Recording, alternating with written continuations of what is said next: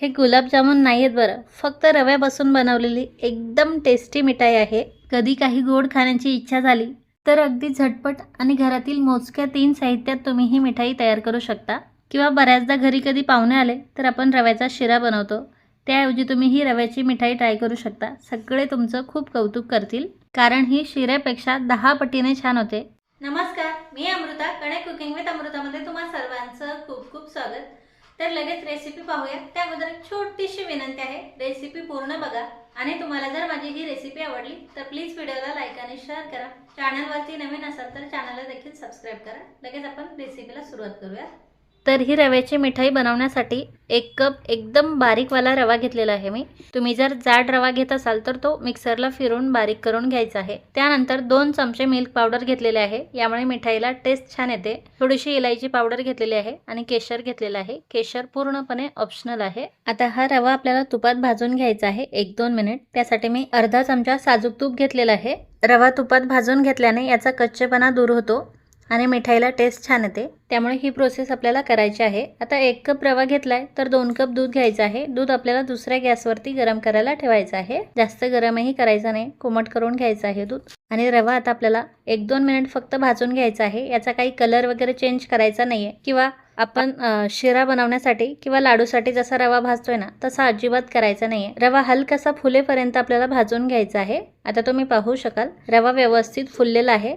तेव्हा गरम केलेलं दूध आपल्याला रव्यामध्ये घालायचं आहे। दूध गरम करून घेतल्याने यामध्ये गुठळ्या होत नाही, त्यामुळे शक्यतो गरम करून घ्यायचं आहे। 2 कप दूध घातलेलं आहे मी यात पूर्ण।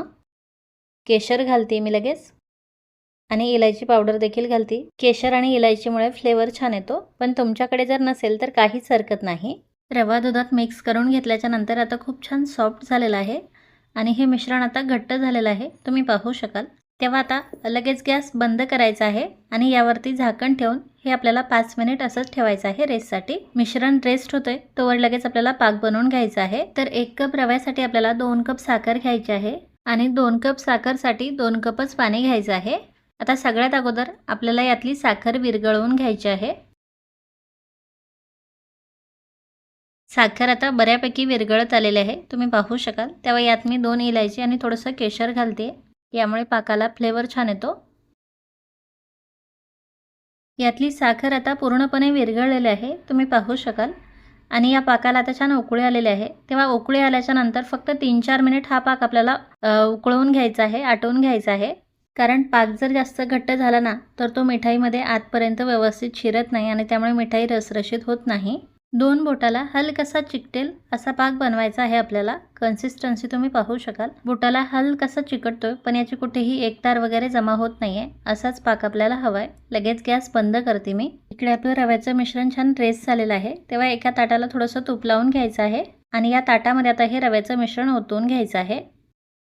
हे मिश्रण आता आपल्याला छान सॉफ्ट करून मळून घ्यायचं आहे। तेव्हा ग्लासच्या मदतीने मी हे असं रगडवून घेते। सपाट बुडाचा ग्लास किंवा वाटी घ्यायची आहे आणि त्याने हे मिश्रण असं रगडवून घ्यायचं आहे, म्हणजे हे मिश्रण सॉफ्टही होतं आणि थोडंसं कोमट देखील होतं आणि मग नंतर आपण हे हाताने मळू शकतो। तसेच यात जर कुठे गुठळ्या वगैरे असतील तर त्या देखील व्यवस्थित फुटतात।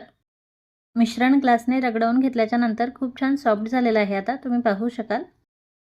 हे आता आपल्याला हाताने व्यवस्थित मळून घ्यायचं आहे। त्या अगोदर आपण जी मिल्क पावडर घेतलेली आहे 2 चमचे किंवा 2 टेबलस्पून, ती सर्व यात घालायची आहे। यामुळे आपल्या मिठाईला खूप छान माव्यासारखी टेस्ट येते, म्हणजे एकदम गुलाबजामुन सारखी नाही पण एकदम शिऱ्यासारखी देखील नाही, त्यापेक्षा बेटर टेस्ट येते। आता तुमच्याकडे मिल्क पावडर नाहीये पण दुधाची साय आहे, तेव्हा ज्यावेळी आपण दूध घालतो ना त्यावेळीच तुम्ही दुधाची साय देखील घालू शकता।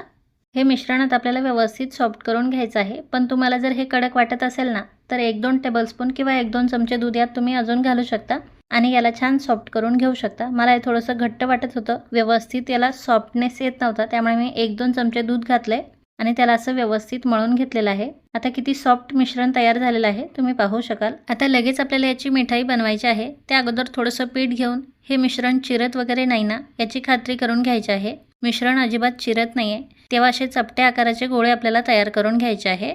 अशा चपट्या आकाराचेच गोळे का बनवायचे, तर आपण जर याला गुलाबजामुन सारखे एकदम गोल गोळे बनवले आणि तेही अगदी मोठे मोठे तर हे रव्याचं मिश्रण आहे। रव्याचं मिश्रण थोडंसं लवकर तळलं जातं आणि त्यामुळे ते आतपर्यंत व्यवस्थित तळलं जाणार नाही, यासाठी असे चपटे गोळे बनवायचे आहे आपल्याला। आणि तुम्ही जर गोल गोळे बनवत असाल तर अगदी छोटे छोटे गोळे तयार करून घ्यायचे आहे।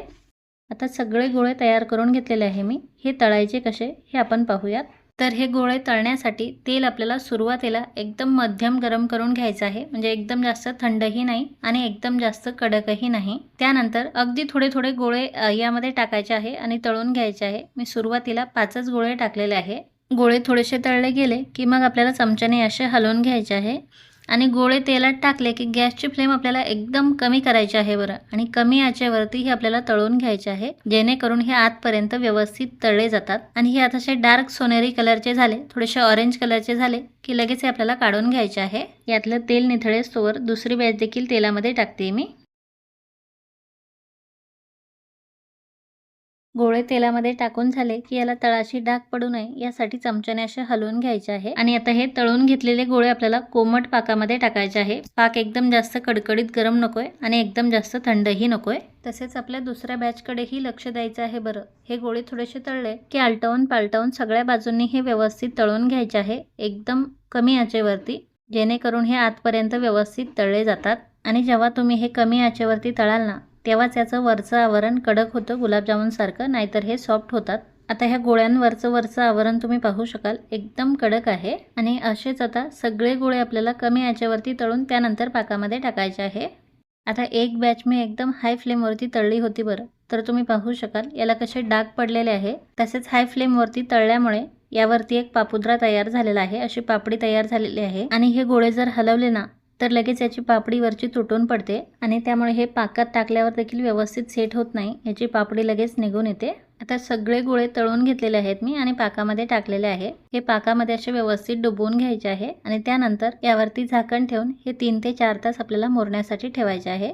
बरोबर 4 तासानंतर मिठाई तुम्ही पाहू शकाल किती छान सेट झालेले आहे. तर रंग आणि टेक्स्चर पाहू शकाल किती सुरेख आलेलं आहे. तर मिठाई मी तुम्हाला कट करून दाखवते म्हणजे तुम्हाला समजेल हे आतून देखील किती छान तयार झालेले आहे. तर वाव मम्मी मला दे ना खायला, हे मी खाणार मिठाई आहे. सर्व करण्यापूर्वी गार्निशिंग करायचं असेल तर तुम्ही यावरती असे थोडेसे पिस्त्याचे काप टाकू शकता, काही केशरचे धागे टाकू शकता आणि गुलाबाच्या पाकळ्या. खूप छान दिसते ही मिठाई. किंवा मिठाईवरती नुसता पाक टाकून देखील ही सर्व करू शकता. मिठाई एकदम रसरशीत आणि खूप छान सॉफ्ट झालेली आहे. आतपर्यंत पाक मुरलेला आहे आणि आतलं टेक्स्चर देखील तुम्ही पाहू शकाल किती सुरेख आलेलं आहे, एकदम गुलाबजामुन सारखं. खरंच तुम्ही एकदा ही ट्राय करून पहा, मला खात्री आहे तुम्हालाही खूपच आवडेल.